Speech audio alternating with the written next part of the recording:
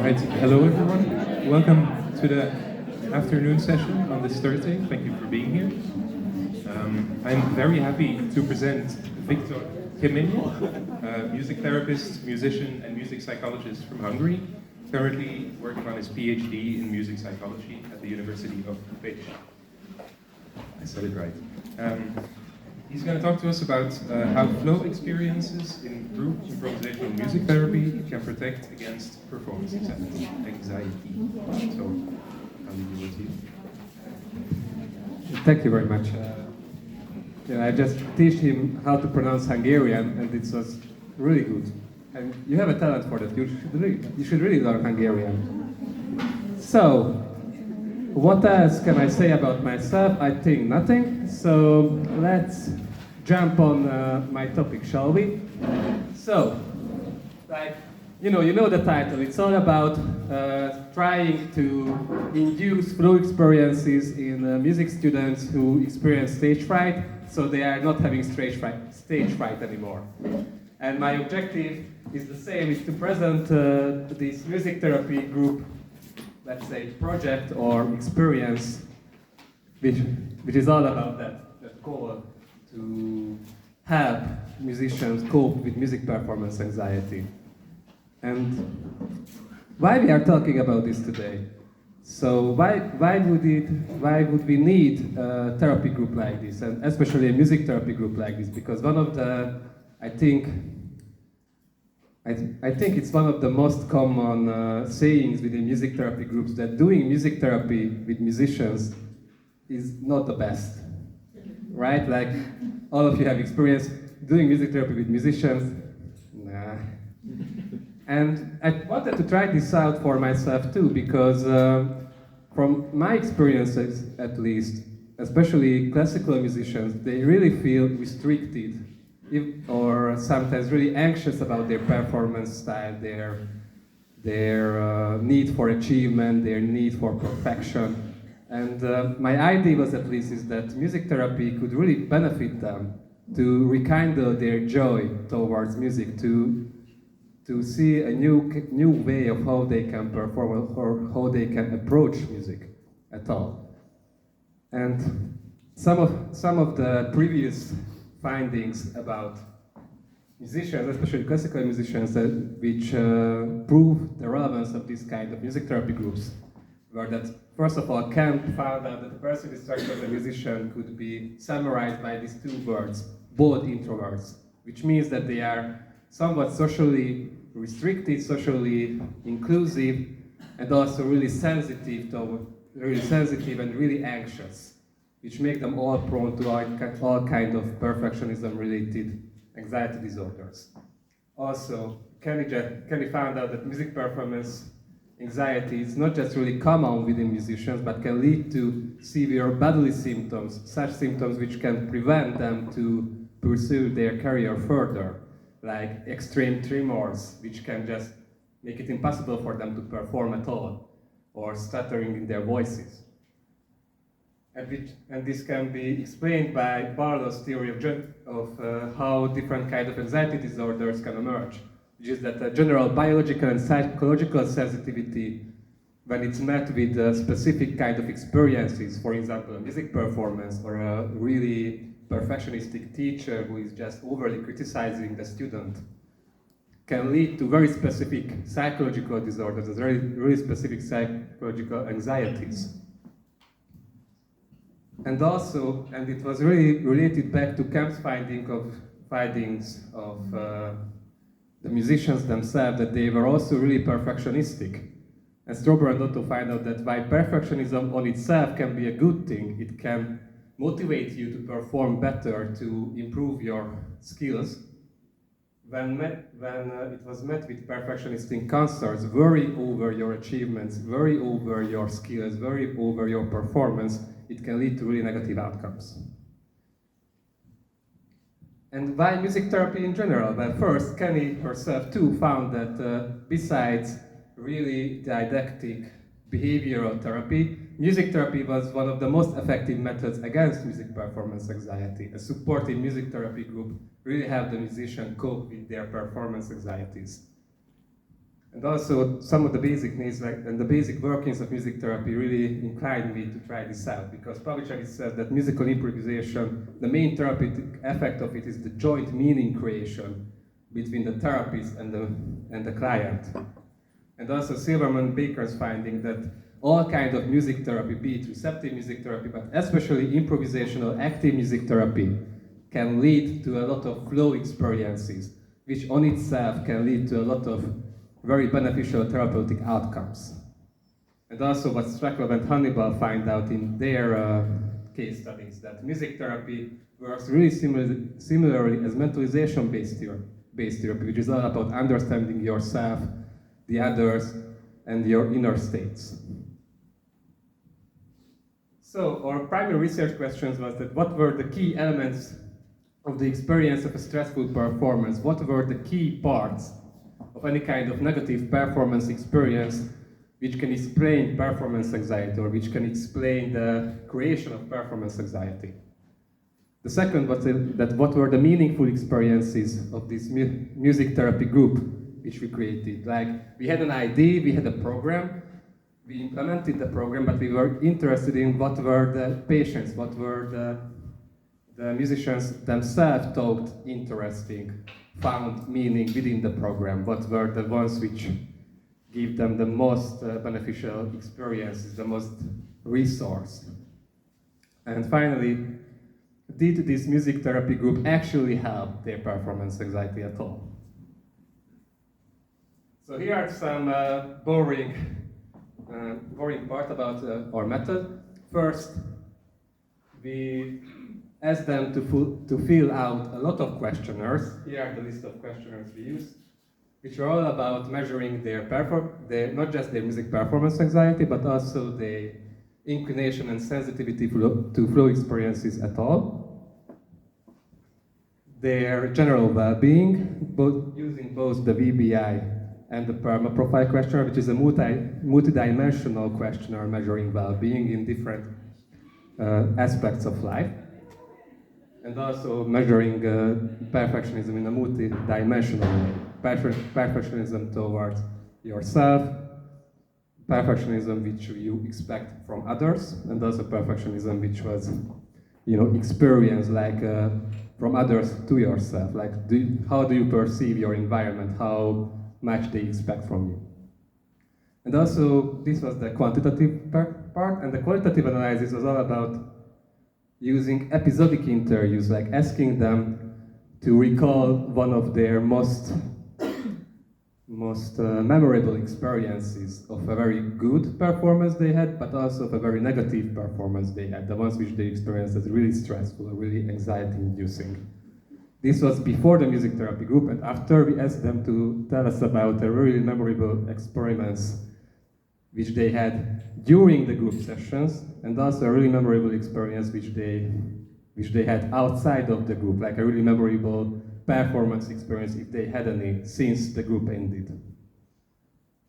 And with the interviews, we use interpretative phenomenological analysis for that, to realize what are the common themes and what are the common experiences which were the most meaningful for them. Oh, and we also asked them to fill out this really long questionnaire bank after the group also, to see if there were any improvements. So, first we have this aimed recruitment. We asked around in the University of Pécs, the music department of the University of Pécs, for any willing participants. And usually the ones who were really motivated to do this group are already experienced really severe performance anxiety and stage fright. That's why they were interested in the first place. Secondly, we did this 6-week long group music therapy with them, group music counseling, and each session was 1.5 hours long. And finally, we did the after group counseling, which we asked them to fill out the questionnaires again, and we also asked them to meet us again and have another interview. The first session was all about reflection about their original motivation of why they joined the music therapy group, and also using receptive music therapy techniques and complex art therapy techniques. Like we asked them to listen to different kinds of music, and then we asked them to draw while their eyes were closed. And the aim for this session was just to reconceptualize some music pieces which they already know from a different perspective, from a different life, not looking at it as musicians, but looking at it from a different perspective.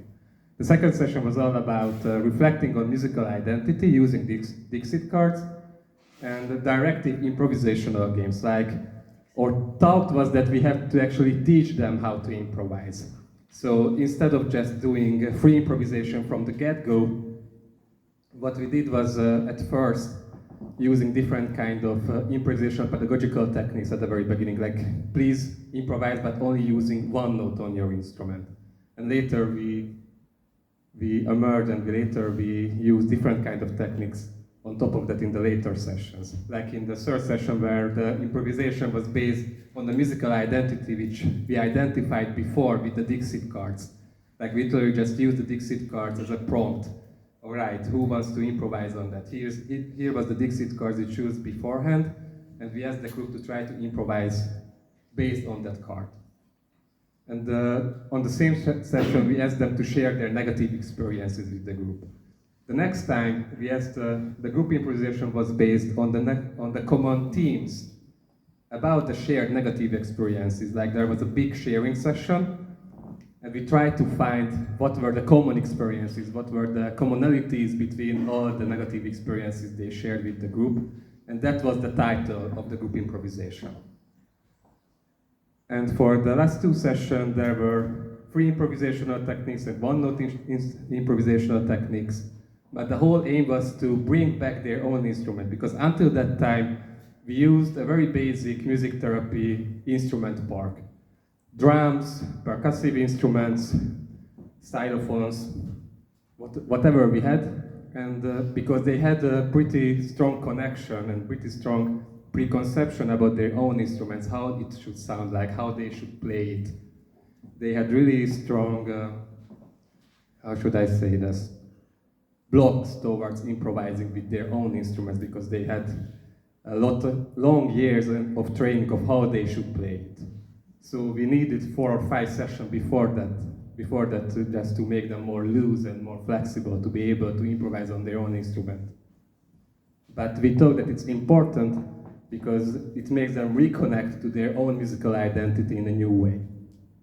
And finally, we could achieve that with a supportive group improvisation, with this sort of band leader improvisation where one of them were the leader of the improvising group, where they used their own instrument and they were directing each other, but in a, let's say, in a more democratic way. And finally, we used a music message technique where some of them could sit in the middle of the group and all the others were improvising for them while they were closing their eyes. And it created a very strong musical experience of connection and empathy. So, here are the questionnaire and the interview analysis results in a nutshell, because there were a lot of slides after that which are all about details of those results, but I thought that first let's just try to summarize it. So we had really marginal improvement in their performance anxiety, but also marginal improvement in their sensitivity to flow experiences, according to some of the questionnaires. And also the IP analysis found out that the importance of the authoritative figures in their life, and also that improvisation can be a way to find joy and fulfillment in music. So here are the final scores. Here the meaning of these numbers is very simple, that the total score of the music performance anxiety improved marginally, but what was actual significant finding was that they very over scrutiny, very over criticization and opinion of others were significantly lowered. And also the ability to concentrate on the task during a flow experience, to be able to actually experience flow also improved a lot.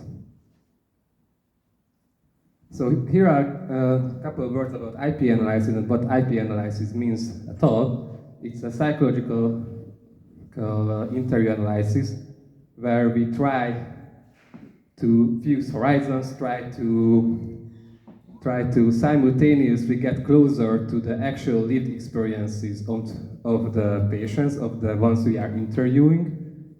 And, only have 30 minutes left. Oh my God.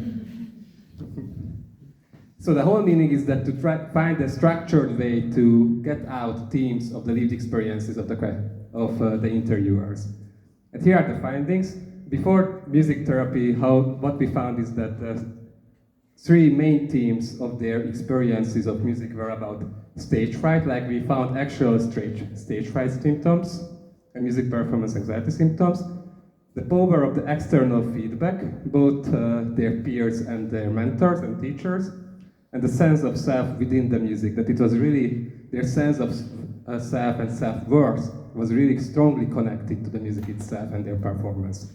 And after the music therapy found out that there is still a strong internalization of the expert community when regards to music, even within improvisation, that improvisation was a source of positive experiences for themselves, and the protective effect of the group itself, like basic group therapy mechanisms. So, within the stage fright meeting, we found that there were strong physiological symptoms, which was present, like tremors and shaking. The inner experience of anxiety and especially catastrophization was really present within this little group. And the importance of outside factors, like they were put a lot of importance of the temperature, of the acoustics regarding their performances, which was really anxiety-inducing for them. The next was about the effect of the authority figures, that the teachers could even worsen their experiences and put them into a really anxious position before performance, or could elevate their symptoms by simply just a couple of simple words.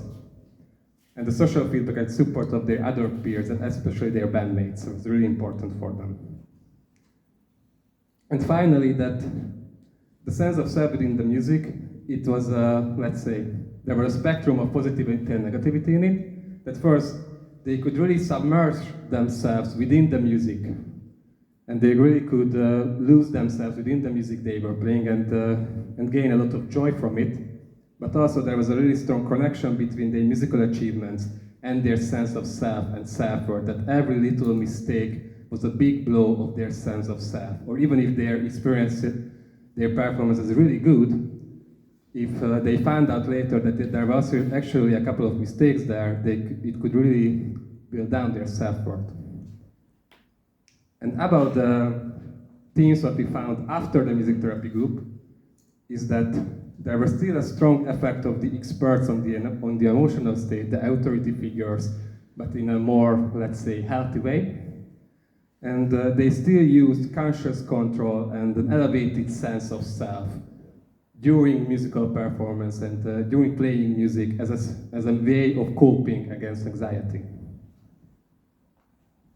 That improvisation was a source of positive experience. It has two sub-themes, that the joint experience of improvisation as a resource. Here you can see an example where they spontaneously use musical improvisation before an actual exam within the music school as a way of elevating their anxiety.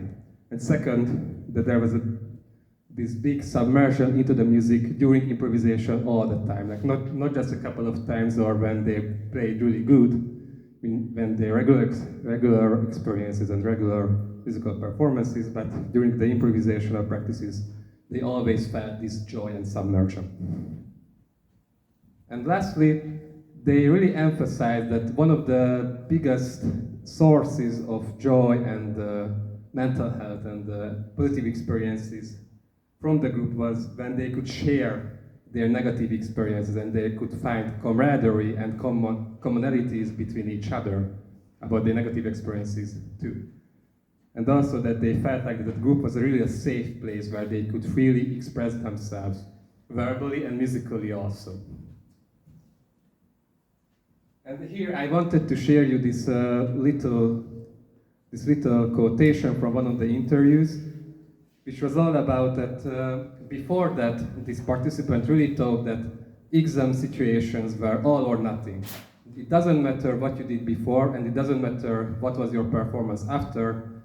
If this performance went badly, then it's over for you. Then they are going to think that you're a bad performer, and it's going to affect their opinion of you for the whole life. And after the group therapy, she realized that no, it doesn't matter.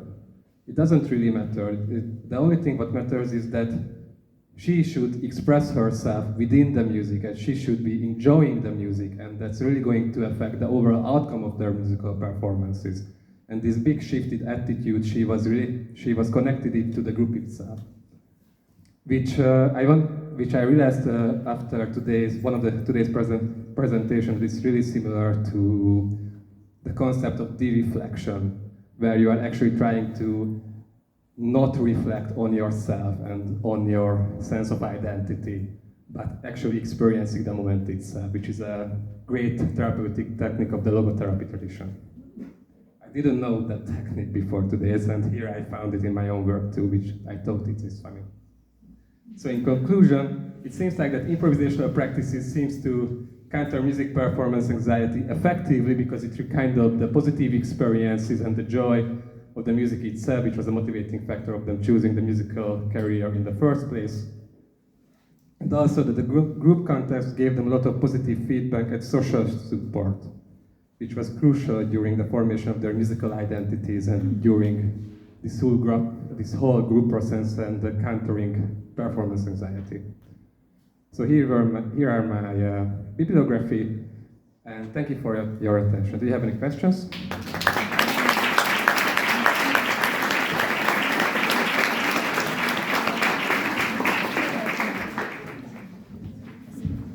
Victor, thank you so much for your very, very interesting presentation and performance. We do have 5 minutes for questions from the audience, so if anyone has a question, please do ask. You can raise your hand. You don't have to do it with the microphone. I would like to ask a question. Just any reason why you forced just 8 participants? Yes, because only 8 participants were registering at that time. We wanted to do at most 12 participants, but only 8 registered before we could start it. What kind of consideration you made about the statistical significance of the findings with just 8 participants, or even 12? Well, to be fair, I didn't.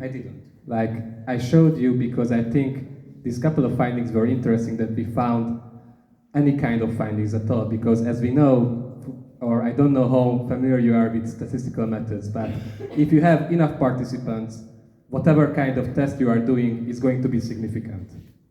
If you have not enough participants or not enough people within your study to fulfill your questionnaires, nothing is going to be significant because there is just such small of an effect size.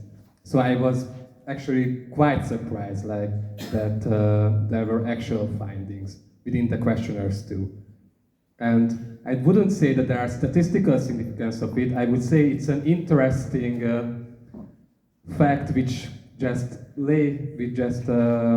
strengthens the findings of the interview analysis. Because during the interviews, they voiced it over and over again that the improvisational techniques help them reduce their anxiety, the group techniques and sharing experiences help them recontextualizing their experiences of music performance and trying to find joy and flow within music again.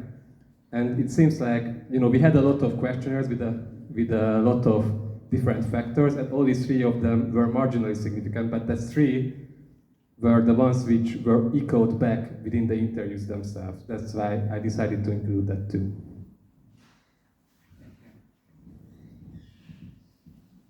I am wondering if there is some, let's say, structural problem in the way music is taught, like in academies or like the music world itself, because there are I have a feeling so many people can have a degree of music or experience like performance anxiety. And I don't know, I was just fantasizing like, what if music pedagogy would resemble more like music therapy? And I don't know, is it utopic to think like music therapists could be like the music teachers? You know, I don't know, or the teachers would also be music therapists or something like that. Well, in Hungary, actually, music teachers can do a postgraduate course to become music therapists. But so in a way, music therapy is going to find its way into conservatories and music schools. And actually, that was my original idea too, because I had a couple of friends who were doing classical music, and I also had a couple of friends who were pop musicians and learned music by themselves, and their attitude towards musical performances were so different. And that's why I thought that, and I cannot say for sure for the whole world, obviously, but for this little subsection, it really seemed like that there are some bad pedagogical practices within the classical music training, not just on a university level, but on a lower levels too, which can actually counterproductive and induce a lot of performance anxiety, and some teachings and experiences from other disciplines like music therapy could actually have them. That's my honest opinion to it. It seems like the findings show that too. Any more questions? Short question. Short question. Or I don't know. What I know is that this was the last presentation for today, so we have all the time. How did you choose what to do with the students? Why Dixie cards, for example? Well, it's really simple. I'm from Eastern Europe, I am poor, and I only have Dixit cards.